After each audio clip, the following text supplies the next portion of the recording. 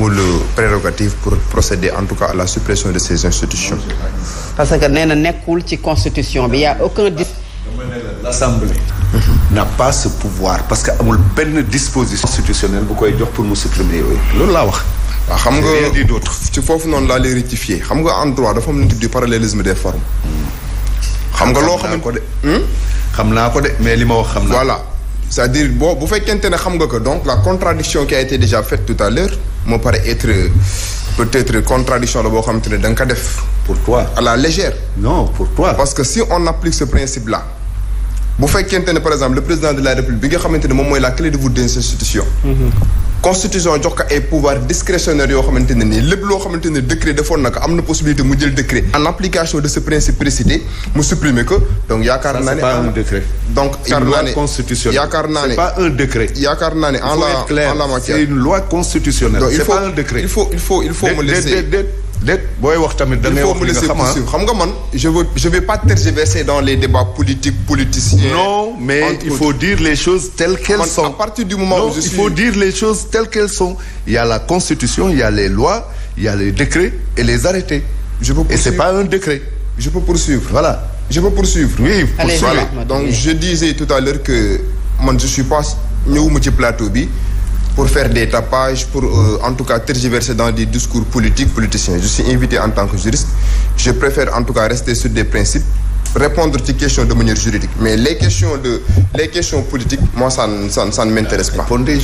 Au-delà maintenant de cet aspect-là, je crois que Fatou Abdou li nga xamante ne tey jii nii moom le président de la République jël na moom mooy dogal en tant que clé de voûte des institutions soumettre benn projet de loi à l'Assemblée nationale conformément à la loi pour supprimer ay institutions yoo xam ne c'est des institutions budgétivores. te rappelé nga ko tout à l'heure le président Macky Sall bi mu ñëwee 2012 constaté ne am na benn situation boo xam te ne dafa nécessité woon en tout cas mu supprimer benn institution il l'avait fait et les Sénégalais n'avaient pas pipé mot parce que xamoon nañ ne peut-être ça contribuait en tout cas à rationaliser li nga xam ne moom mooy les dépenses publiques.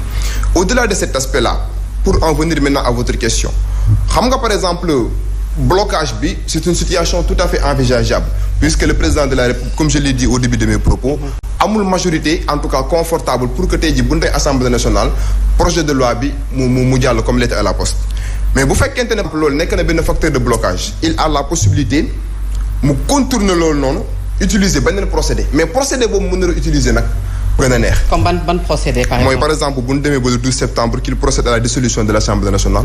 donc am na argument alors. voilà xam nga est-ce peut-être que mënuñu dugg ci débat politique boobu ak yow. certains parlent de jeu politique un argument. non pour la dissolution de l'Assemblée pour dissoudre l'Assemblée nationale. xam nga Fatou Abdou loolu noonu bu ci nit ñi juum. c'est pas par exemple politicien par exemple que le président de la République puisse avoir pour vision de procéder à la dissolution de l'Assemblée nationale xam nga lan moo tax.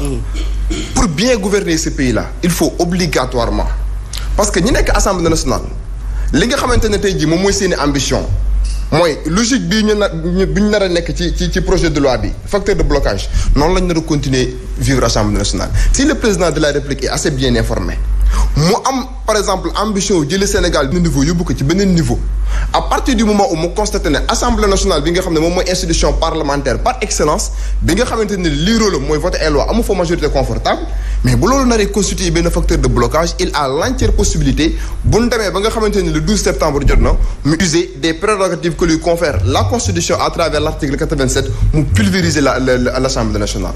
Maintenant pulvériser bi muy pulvériser Assemblée nationale dina ko mën a permettre.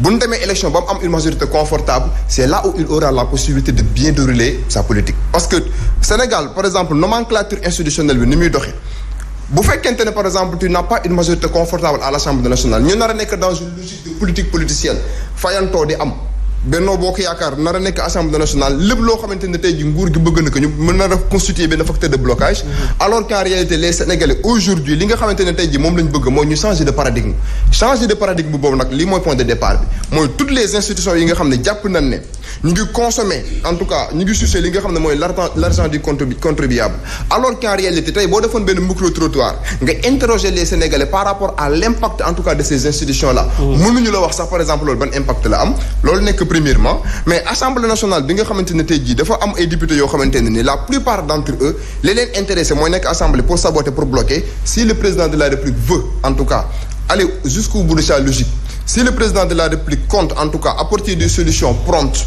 aux préoccupations en tout cas des Sénégalais li nga xamante ne tey jii moom moo nar a am mooy bu fekkente ne bloqué nan projet de loi bi ba jàllul le 12 septembre il a la possibilité d'user de ses prérogatives constitutionnelles mu pulvériser Assemblée nationale ñu def élection. Alors est-ce que Alassane bu ngeen comme ni nga woowee les députés de Benno à ce que ñu bañ voter li nga xamante ne moom moo jëm ci suppression yooyu doon ne di ngeen di tomber ci piège li nga xam ne moom pouvoir bi teg. D'abord je voudrais à l'encontre de notre juriste là que c'est un juriste qui a parti utiliser un mot violent comme pulvérisé pour parler de l'Assemblée nationale qui est la deuxième institution au lieu de parler de dissolution de l'Assemblée nationale en violent de sa part. Il n'est pas là pour vous n'êtes pas là pour réguler, vous êtes là pour vous avez déjà votre parti pris. Non, pas du tout. Deuxièmement, en fait tout ce cirque c'est pour dissoudre l'Assemblée nationale.